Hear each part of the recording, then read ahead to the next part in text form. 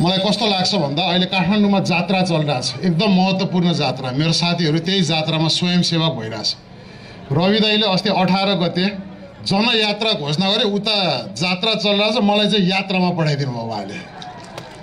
फेरि म आज ऱ्याटका साथीहरू, चितवन जिल्ला कमिटीका साथीहरू, भरतपुर महानगरपालिका साथीहरूलाई एकदम आभार पनि के व्यक्त गर्छु भन्दाखेरि पार्टीले अस्ति भर्खरै 18 गते घोषणा गरेको कार्यक्रमलाई आज यो गरिमामय तरिकाले सम्पन्न गर्नुभएकोमा यसमा योगदान दिनुहुने सबै साथीहरूलाई म एकदमै आभार पनि व्यक्त गर्छु।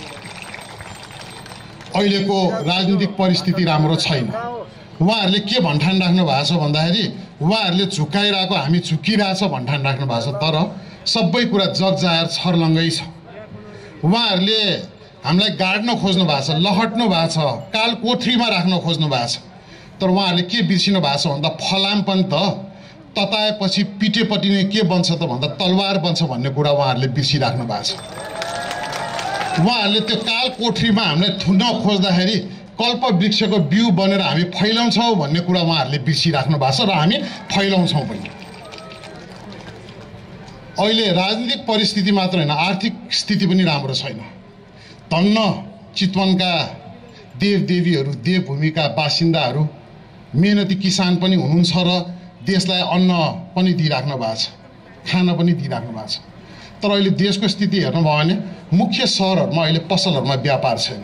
दुईटा पसल हुने मान्छे आफ्नो भाडा तिर्न नसकेर पसल बन्द गर्ने अवस्थामा परेछ, तर उहाँहरूको तामझाम चाहिँ रोकिएको छैन।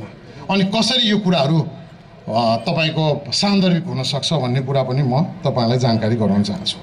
अर्को ठुलो सङ्कट अहिले कुटनीतिक सङ्कटमा पनि हामी फँसिया छौँ। देशको अस्तित्व नै एउटा सङ्कटतिर गइरहेको पनि म पाउँछु। पहिला जे जसो नि नेपाल भन्ने देशलाई कुन सम्मानको साथ हेरिन्थ्यो र आज कसरी व्यवहार गरिरहेछ भन्ने कुरा हामी नेपाली सञ्चारबाट मात्र होइन, संसारका सञ्चारहरूबाट पनि देखिरहेका छौँ।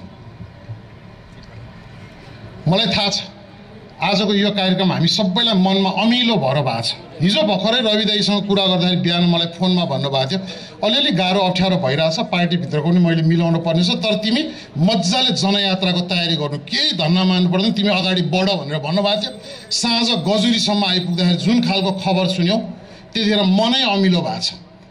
तैपनि यस्तो बावजुद पनि हाम्रा जिम्मेवार साथीहरूले जुन एउटा भनौँ न आफ्नो उच्च मनोबलमा काम गर्नुभएको छ, त्यसलाई म एकदमै हृदयदेखि सम्मान पनि व्यक्त गर्न चाहन्छु।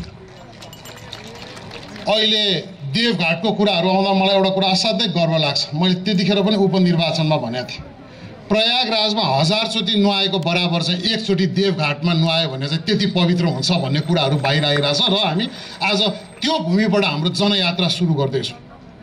के हुन्छ मलाई थाहा छैन, तर म के भन्न सक्छु भन्दा आज तपाईँहरूमा उत्साह देख्दाखेरि हाम्रो जनयात्रा आद्धाउद्धी सफल भइसकेको छ। हामीले तपाईँहरूको आशीर्वाद, देवघाटको यो देवभूमिको आशीर्वाद पाइसकेका छौँ। म यसो देख्छु कि उहाँहरू द्विदलीयकरणमा जान खोज्नु भएको छ अरे। ठुला दुईटा दल मात्र, तपाईँ हामी जस्तो मतलाई सम्मान छैन, सानो दल नयाँहरू केही गर्न खोजेको स्वतन्त्रहरूलाई उहाँहरूले प्रतिबन्ध लाउन खोज्दै हुनुहुन्छ। यो मेरो विचारमा तपाईँहरूले पनि विभिन्न सञ्चार माध्यमबाट देखिसक्नु भएको छ। म यही चितवनको भूमिबाट उहाँहरूलाई भन्न चाहन्छु, तपाईँहरूले दुई दलमा देशलाई लानै पर्दैन। जनताले लगिसक्यो। अब देशमा दुईवादी मात्रै छन्, दुई तन्त्र मात्रै छ।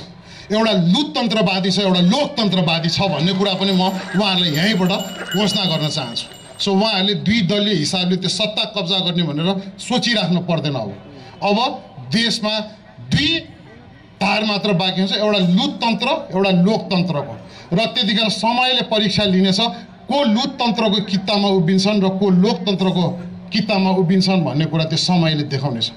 यति नै कुराहरू म हाम्रो उपसभापति डिपी अर्याल, स्वर्णिम दाइलाई पनि म आभार व्यक्त गर्न चाहन्छु। खास आज वक्ताहरू धेरै नगरौँ भनेर म आफैले नबोलौँ भनेको थिएँ, तर साथीहरूले संयोजकले केही कुरा राखिदिनुपर्छ भनेर स्वर्णिम दाइले पनि त्यो कुरा रिक्वेस्ट गर्नुभएकोले गर्दाखेरि मैले आफ्ना मनमा लागेका कुराहरू, अरू थुप्रै कुराहरू छ र यो जनयात्रा हामी जारी नै राख्नेछौँ।